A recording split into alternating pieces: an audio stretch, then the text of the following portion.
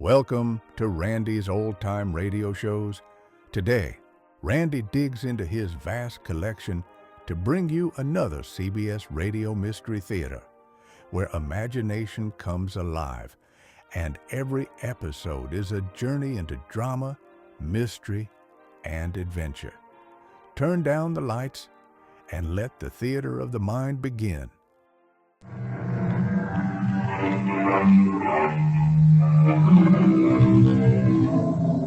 Come in. Welcome. I'm E.G. Marshall. Revenge is sweet or evil or empty, according to the feelings of the writer at the moment he or she created the story of revenge. However, there's no denying that the literature of the world abounds in stories of diabolical revenge which are eagerly read. I myself have shuddered deliciously at many great stories of revenge, but I can honestly say that I have never read a more blood-chilling story of revenge than the one I bring you today.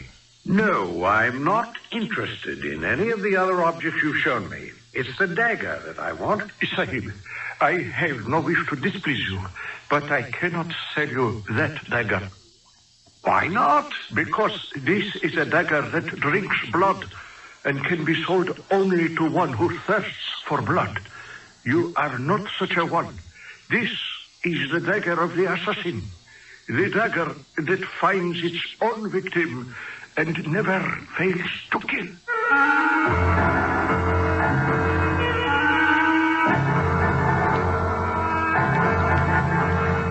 Our mystery drama, The Dagger of Almohades, was adapted from the Arthur Conan Doyle classic, especially for the Mystery Theater by Murray Burnett, and stars John Lithgow and Patricia Elliott.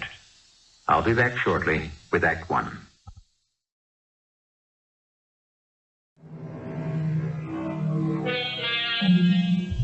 Today I bring you a story of hatred deeper than the ocean depths. A story that started in India and finished in England. History records many assassination cults. One of the lesser known flourished in Turkey. Its members used a ritual dagger as their weapon, a fearsome blade known as the Dagger of Almohades.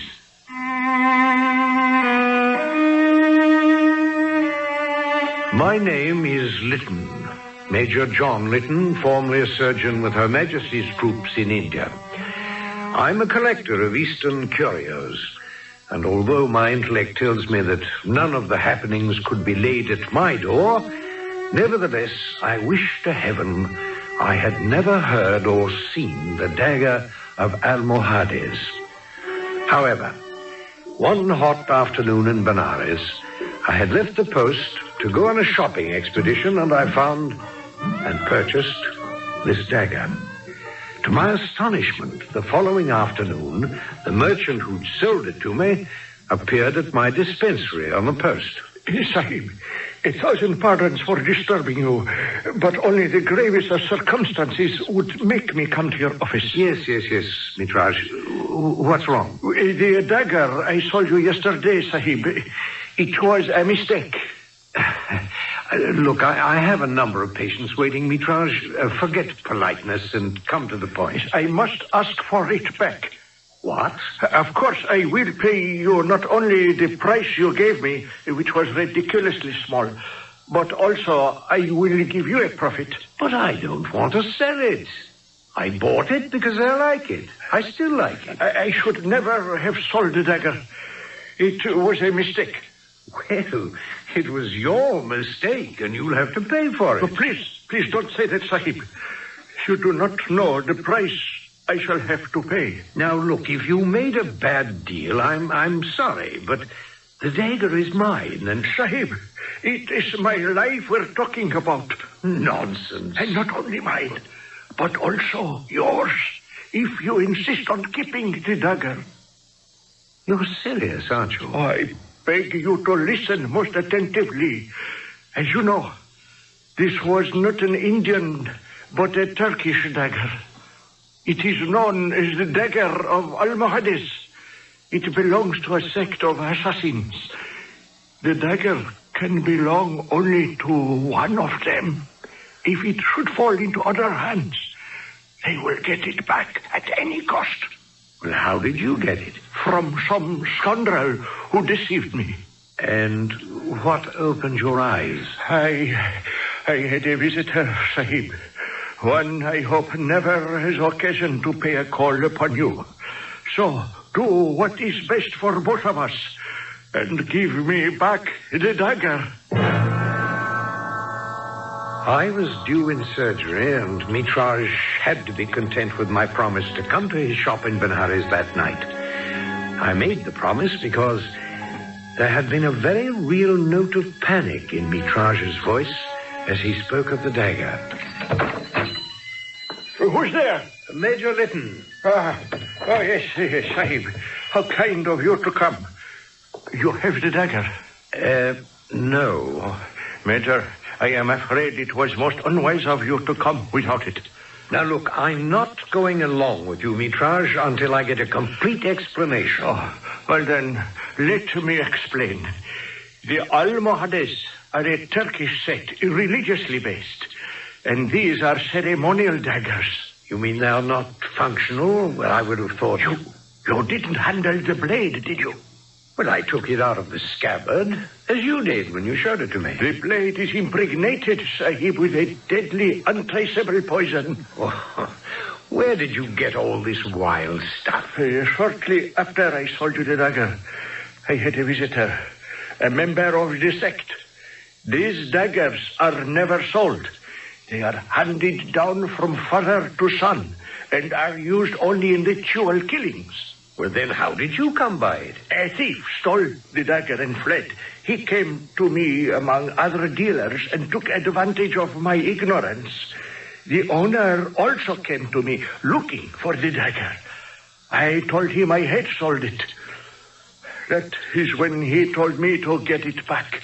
Well, now, how do you know that this owner was telling you the truth? He had proof, Sahib. Another dagger. Exactly the same. I see. Also, he had an ear belonging to the man who had sold me the dagger. Oh, come now, Mitra. No, they also brought me the man, missing an ear. So please, Sahib, anything you want, I shall give you. Take your pick of anything in my poor shop. But please, I must have the dagger. There was such panic in his voice that I relented and agreed that he should accompany me to the camp, and I'd return the dagger either for what I'd paid for it or in exchange for something from his shop. We reached my quarters and went to my chest where I'd stored the dagger. Yes, I see you're a person of precise habits. Yes, childhood training. Hello. This is strange.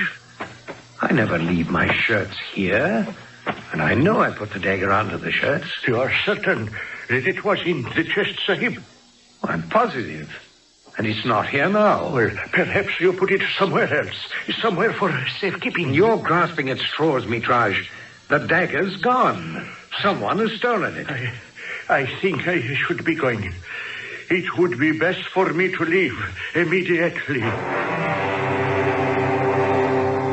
The next time I saw Mitraj was in the Benares morgue. He had been stabbed to death. The dagger was never recovered. But Mitraj's murder brought another player upon the scene. Major General Tony Andreas, later to become Lord Andreas. I first met Tony when I'd been summoned to testify at the inquest on Mitraj. Come in, Lytton, and please be so kind as to close the door behind you. Thank you, sir. Have a chair. I'm Major General Andreas.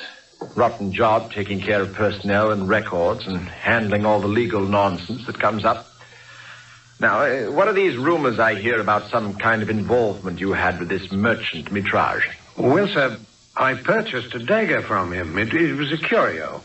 I collect Eastern objets d'art. Was there anything special about this missing dagger? Well, according to the murdered man, sir, It was a ritual dagger used by an assassination cult. The Almohades, I believe. Not Indian in origin? No, not at all. Turkish, I believe. Fine. Then I don't believe that it will be necessary for you to mention this at the inquest. You agree? Well, yes, sir. I can't see that it would serve any purpose. Good. We're in agreement. I assume you won't object if I accompany you to the inquest? Not at all, sir. I really apologize, Major, for sort of horning in this way, but regulations are the very devil if you follow them, and even worse if you don't. Yes, I understand, sir. Tell me, Corporal, is this the office where the bad girls report? That was the first time I heard the voice of Jennifer Wilson. But unfortunately, not the last, as she was to prove even more deadly than the dagger of Almohades. Tony Andreas later told me of her first meeting with him.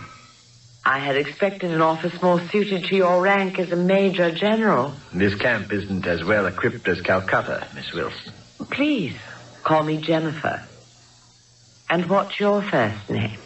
I think that's a little out of line, considering the circumstances, Miss Wilson. Don't tell me you're going to be one of those stuffy English army officers who don't do anything but quote regulations and huff and puff when you even show an ankle. Are you trying to shock me, Miss Wilson? Not at all. Since I was practically ordered to come here, I'm asserting my independence. I don't like being ordered. The order didn't come from me. And you, above all, should understand the reason for it. I don't think you need worry. Not many men will kill for love. Not many. But there are also very few women as beautiful as you. Oh, well, gallantry. I didn't expect it. Now tell me, sir, am I here to receive instructions from you to see to it that army officers do not fall in love with me? It should be obvious to you that what happened on the military base in Calcutta was close to a national scandal. Oh, that depends on one's point of view. And what's yours? In the Middle Ages, it was quite common for knights to joust for the favors of a lady. I find it romantic that two men were so much in love with me that they fought a duel.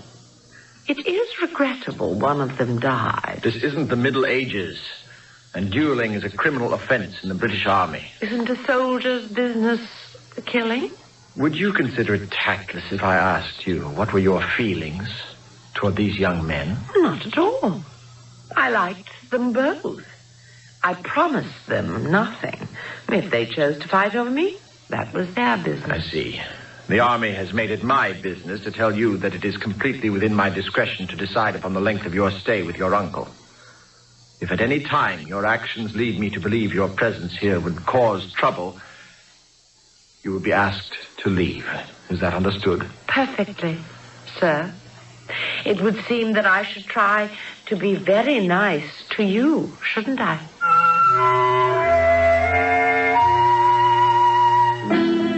There's an old saying prevalent among Middle Europeans which goes, with friends like that, who needs enemies? In retrospect, Major General Tony Andreas should have run, not walked, away from Jennifer Wilson. But we'll return to him and the lady shortly in Act 2.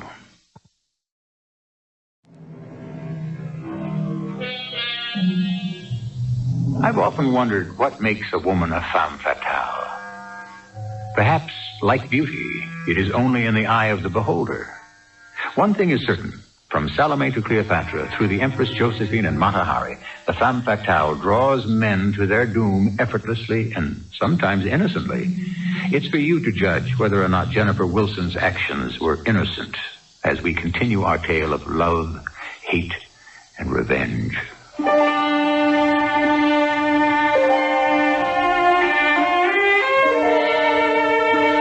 Obviously, the arrival of any beautiful young English woman such as Jennifer Wilson in Benares would have made tongues wag. But her reputation and her behavior caused a sensation, particularly since it was obvious that Major General Andreas took more than just an official interest in her.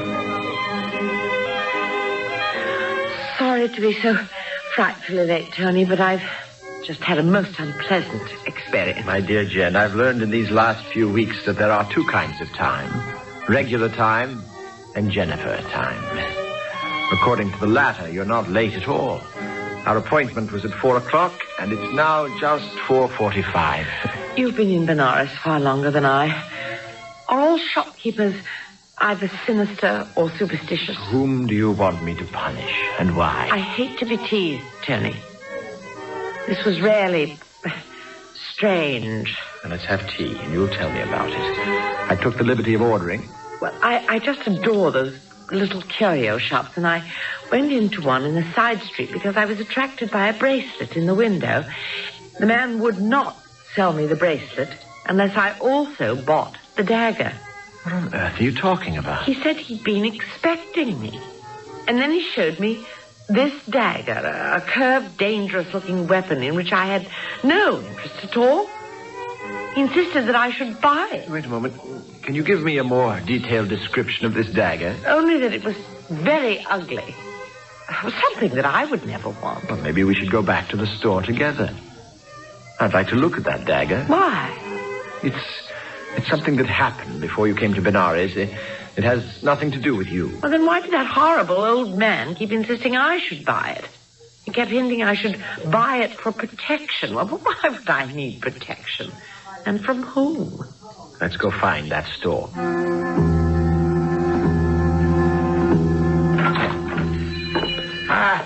Sahib, Mem Sahib, how may I serve you? I'm interested in that dagger you showed the young lady earlier today. I fail to understand. Oh, please. I was in here earlier looking at that bracelet you have in the window, and you kept showing me this dagger. Dagger? Are you sure you have the right shop? After all, there are so many shops. Now, look here. This young lady is a friend of mine. She has no reason to lie about this matter. Ah, Sahib, that is a word that would never cross my lips in relation to either you or the Mem Sahib. But please reflect a moment. I am a merchant. I have things to sell. I am anxious to sell. Why would I deny having knowledge of something you wanted to buy? Tony, this is ridiculous. If he chooses to deny what happened here... Would I not also remember Mem Sahib as beautiful as you? Of course. You are distinctive, but shops are so much alike. Have you ever heard of the dagger of Almohades? Merchants give many names to all sorts of weapons, names that are mysterious and intriguing. It helps sales, but no, Sahib. I have never heard of any such dagger.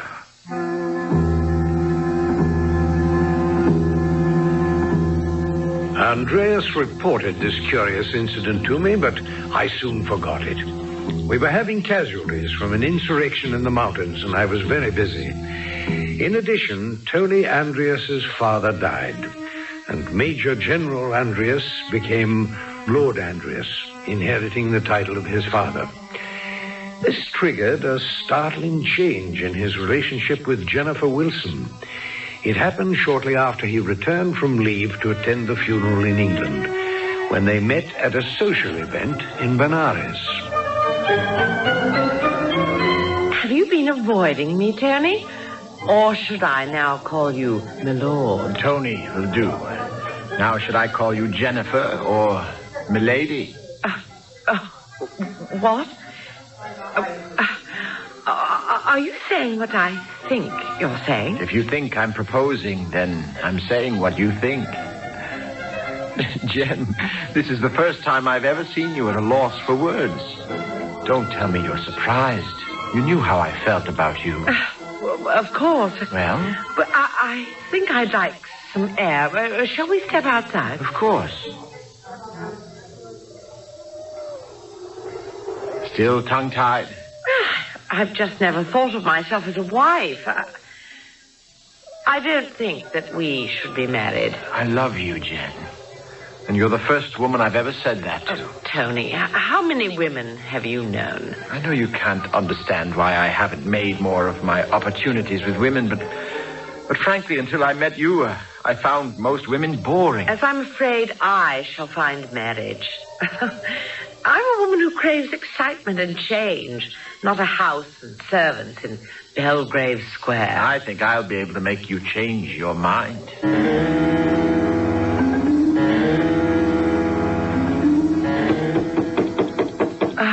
What? Oh, now what is it? If that's you, Tony, I don't find this romantic. You're disturbing my... Bagley, What are you doing here? I followed you, my love. Don't think I'm going to let you go. It isn't your choice. I killed a man for you, and I don't intend to stand out here under your window arguing. Now, come down. Let me in. Oh, ridiculous. What will my uncle say?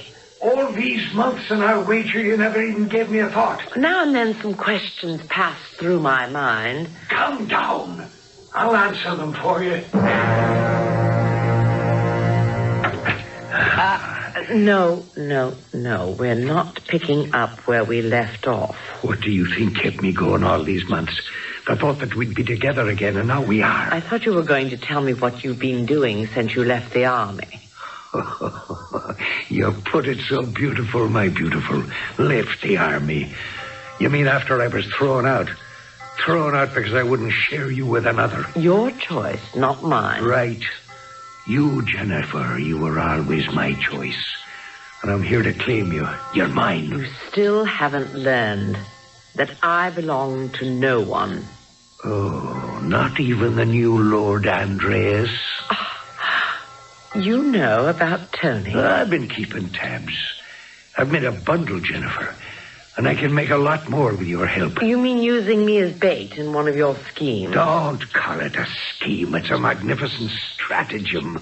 It'll make us rich. Don't count on me. Let me tell you what I've been doing. I made a contact with a friend of a Maharaja, a good friend, who has access to rubies and diamonds and other valuable gems. Look, I brought you a present. Here. Oh, it's beautiful. Exquisite. There are strings to it. Definitely. Well, I'll need time to think. Well, now you just come into my arms, and you'll have all the time in the world. No. You mean it, don't you? Yes. All right. But while you're thinking, think about what I can do to your reputation. And don't think I won't if you choose against me.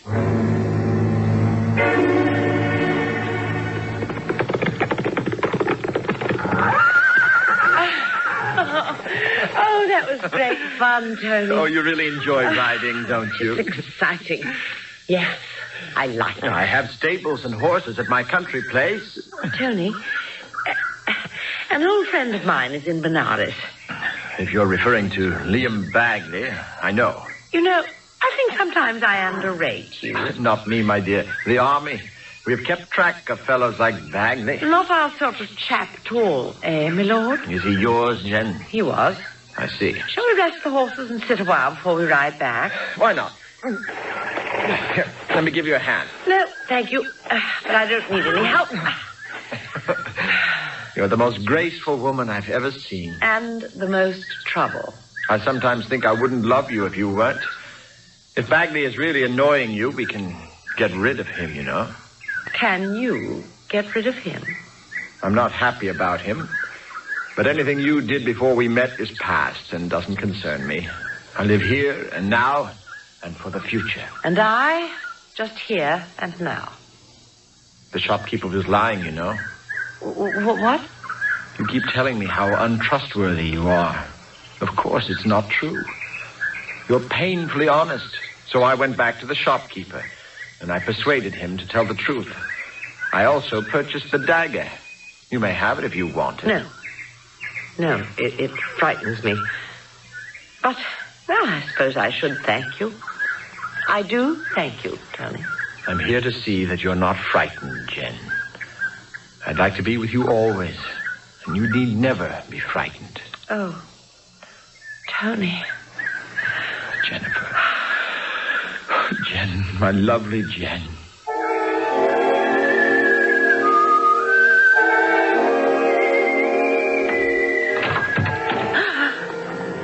Who's that? Is there someone there? I'm coming down with the light, so there's no sense in trying to hide. Darn it. So it's you, Liam. Oh, what are you doing here? Now, that's a pretty cold reception for a man who took a wax impression in order to get a key to let me in to see it. You wouldn't have thought of walking up and ringing the bell. You know me, love. Extra keys always come in handy. Liam, it is over between us. Not on your life.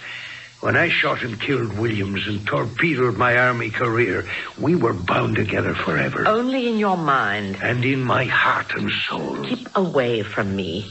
I'll call for help. I know your uncle's away at a meeting, and I also know the servants are gone. So I'll give you a choice. I have horses and a carriage waiting. You can either pack your things and get dressed, or come with me the way you are. I'm warning you, Liam. Keep your distance. Remember the last time you warned me to keep my hands off, do you? Liam, it's no use.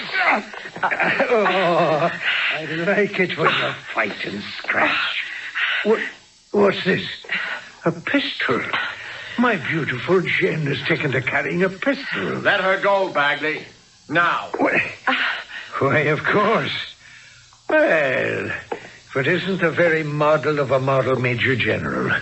Or is it Lord Andreas you prefer? Get out. Oh, you disappoint me, sir. I was given to understand work would keep you... You were misinformed. I thought it best to follow you. I was right. Well, we'll see about that. No, we won't. Go. Get up.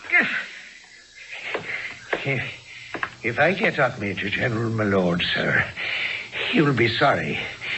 Because I learned my fighting in the back streets of Dublin. On your feet. Watch yourself, my lord. I'm no gentleman. Neither am I. Very good, sir. But this time I'll go for the king.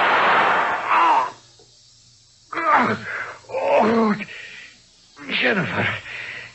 I should have known. From the day I met you, I was looking at my own death. An argument between a man and a woman as to which of the sexes had the most problems came to a surprising end when the man insisted that men have more problems. When asked to prove it, he said simply, "It's obvious. Men have to put up with women." I would add, men don't have to. They choose to, just as Lord Andreas has made a choice.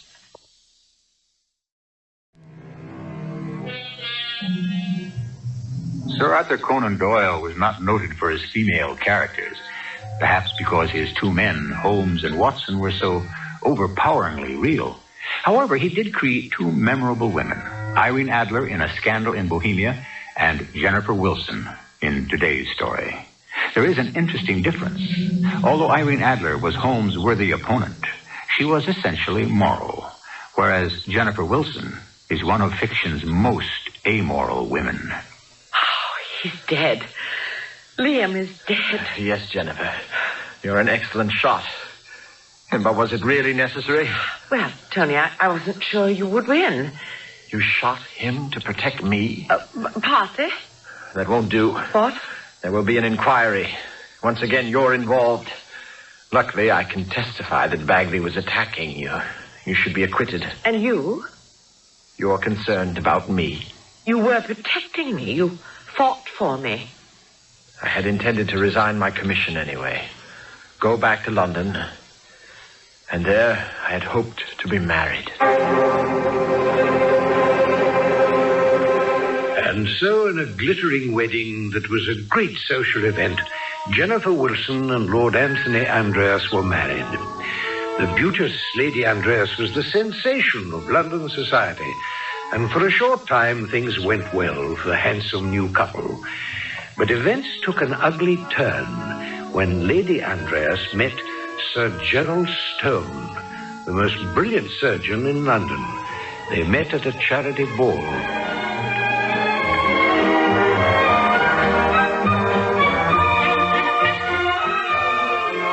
May I cut in? Why, of course. Sir, I don't even know you.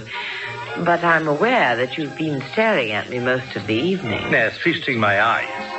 I now regret that I took my vacation abroad. Allow me to introduce myself. Sir Gerald Stone. Lady Andreas. Yes, I know. I intend to call you Jennifer. Really? Yes, and that's not all I intend either. You're aware, of course, that I'm recently married. Unimportant. To you or to me? To both of us. You're very sure of yourself. Well, why not? I'm not in need of surgery, Sir Gerald. Oh, no, of course not. Not in need of entertainment. Meet me at Dunstan's in half an hour. And that was how it started. A liaison that had all London talking. The most famous surgeon in London, handsome, debonair, and society's most glamorous beauty. Neither of them made any attempt at secrecy, and their behavior was brazen, to say the least. Of course, Lord Andreas could not help but see what was happening. Going out again, Jen? Yes. I can't say you didn't warn me. About what, love? About marriage not being your dish of tea. Oh, you're disturbed about Sir Gerald. The devil with Sir Gerald. It's you who scares me, Jen. You ought to know by now, Tony, I'm like a cat. I always land on my feet. You have a lot of feline qualities, Jen. But even a cat has only 9 lives. How many escapes have you had? I haven't kept track. You should, Jennifer. You're walking very close to the line. Ah, threat, Tony, my dear. I should think if you're contemplating any action, you should deal with Sir Gerald. You'd like that, wouldn't you? 2 more men fighting over you. You know, Tony, I'd really like to see someone go up against Gerald. He's terribly conceited and terribly strong. I don't intend to oblige you. That's a pity. Meanwhile, I have to run. Oh, don't wait up for me. I shan't. But, Jen, remember, you've been warned. The scandal grew to such proportions that I felt constrained to speak to Sir Gerald Stone about it. I was no longer in the army and was practicing medicine in London. My practice had brought me in close contact with Stone. We were associated with the same hospital. Good to see you, Lytton. I assume you want to talk to me about my relationship with Andre's wife. Well, I must say you take it coolly. Well, what other way is there to take it? Jennifer knows exactly what she's doing, and so do I. If Andres can't hold his wife, don't blame me. She isn't thinking of leaving, Tony, is she? Oh, I should hope not. I'm not looking for marriage. And if I were, Jennifer would be my last choice. She's too restless. She's a marvelous companion, but... have you heard from Andreas? No, not a word. Not that it would make any difference. Were you going to ask me to give her up, Lytton? Was that what you had in mind? I really don't know. I was hoping that perhaps I could persuade you. Well, put it out of your mind. Well, I admit I can't see the end of this affair yet. But it will end. And then a new scandal will be on everyone's tongue, and it will be forgotten. Yes, perhaps. Who the devil would that be calling at this hour? Well, if you'd care to go to the door... No need to. My housekeeper will answer.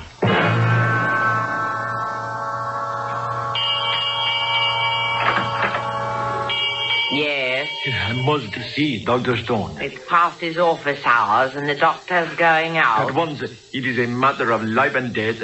Here is my card. Oh, I can't promise anything, but come into the waiting room. I'll go into the doctor's study and tell him you're here. Thank you, but please do it quickly. There is so little time.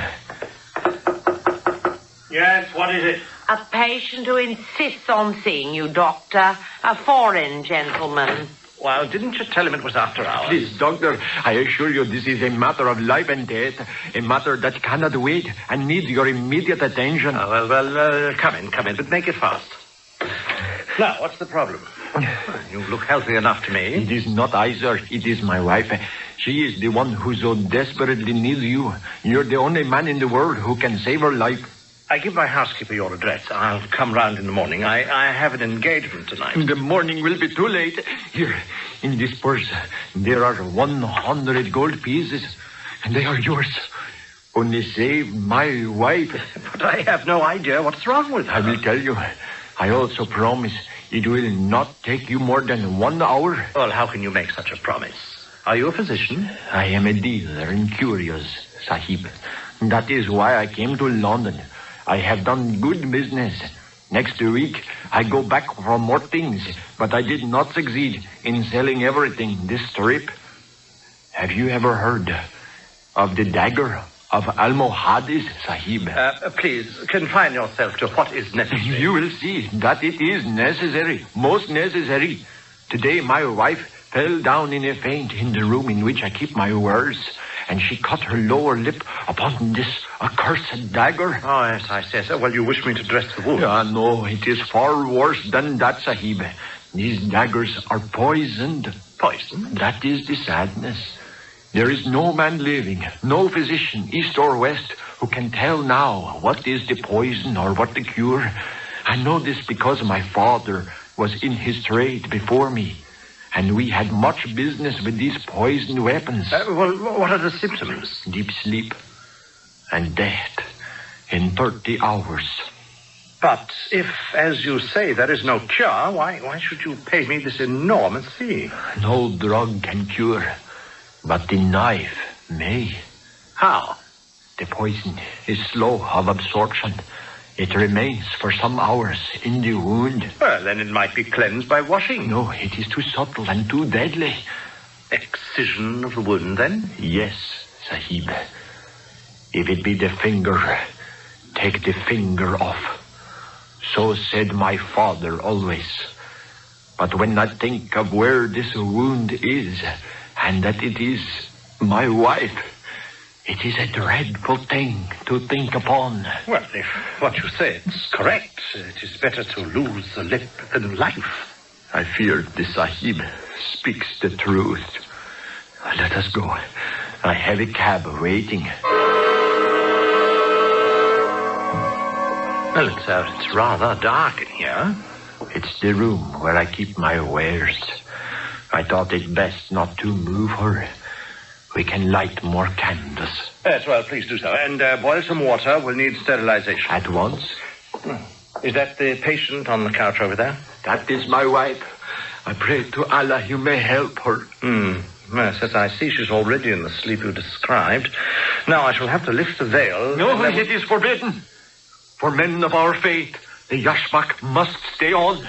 You can see the wound on the lower lip, below the veil. Well, I don't like it, but, well, if you insist... It is not I, but my faith that makes the rules. Yes, well, very well, very well. Would you open my bag and hand me the green bottle you'll find there? What is in the bottle?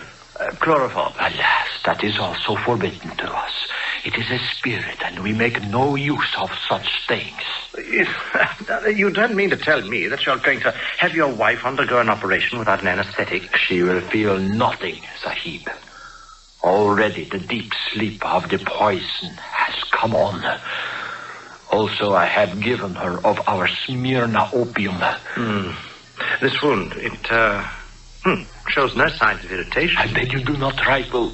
You do not know. It is deadly, this poison. Only the knife can save her. Yes, well, nevertheless, I am inclined to wait. Sahib, forgive me if I speak shortly. I know too well that you are the greatest surgeon in England, but that is why I have paid you a small fortune. But I cannot stand here and allow my wife to sink into the death coma. But the disfigurement will be frightful. It is kismet. Her mouth will not be a pretty one to kiss. But she will live, Sahib. She will live. Well, very well. If you feel that strongly, bring the water. I'll sterilize my instruments. Oh, now, I'll need some assistance. Will you be able to help me? Anything to save her life. I am yours to command.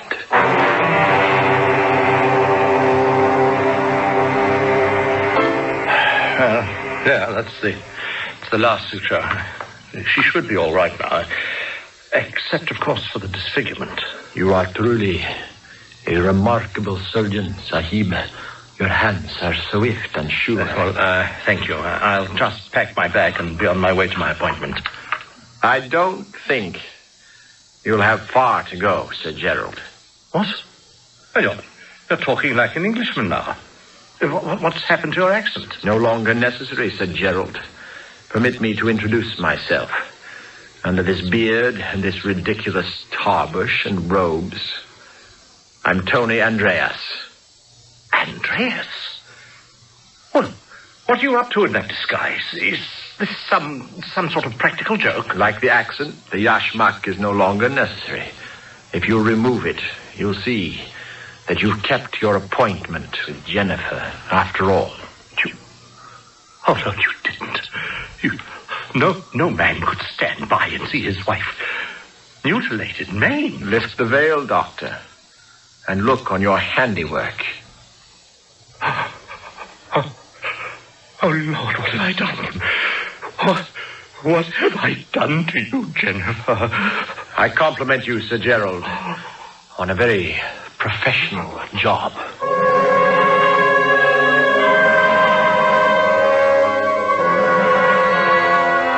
That night, I received a telephone call from Sir Gerald Stone's housekeeper.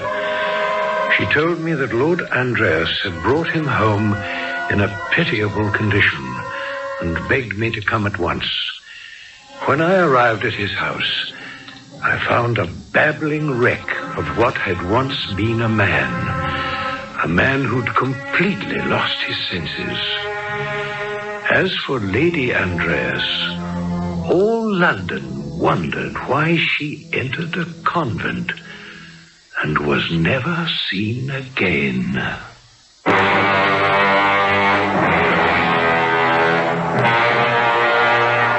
Revenge, which is often taken in real life, should properly be left to writers. They have created more varied and more horrible forms of vengeance than any that reality can give us. Certainly the revenge devised by Sir Arthur Conan Doyle for the wife of Lord Andreas is as diabolical and appropriate as any in my experience. I'll be back shortly.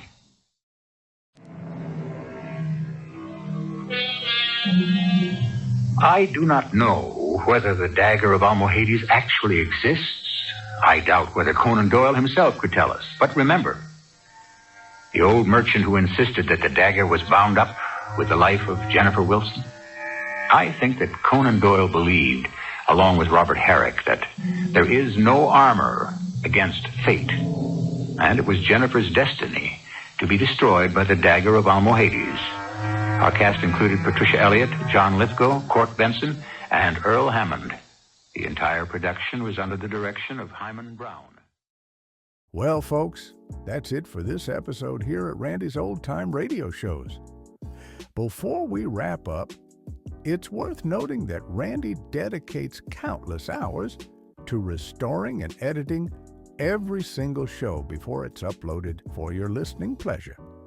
Our goal is to preserve these old-time radio treasures and make them sound as clear and warm as the day they were first broadcast. If you'd like to support his hard work and help keep these classic shows coming, any donation, big or small, is sincerely appreciated. You'll find donation links in the description below. Or if a QR code appears on your screen, simply point your phone's camera at it and follow the prompts. Randy sincerely thanks you in advance for helping keep these shows alive. Thanks for joining us, friends. Until next time, keep the memories warm and the stories close.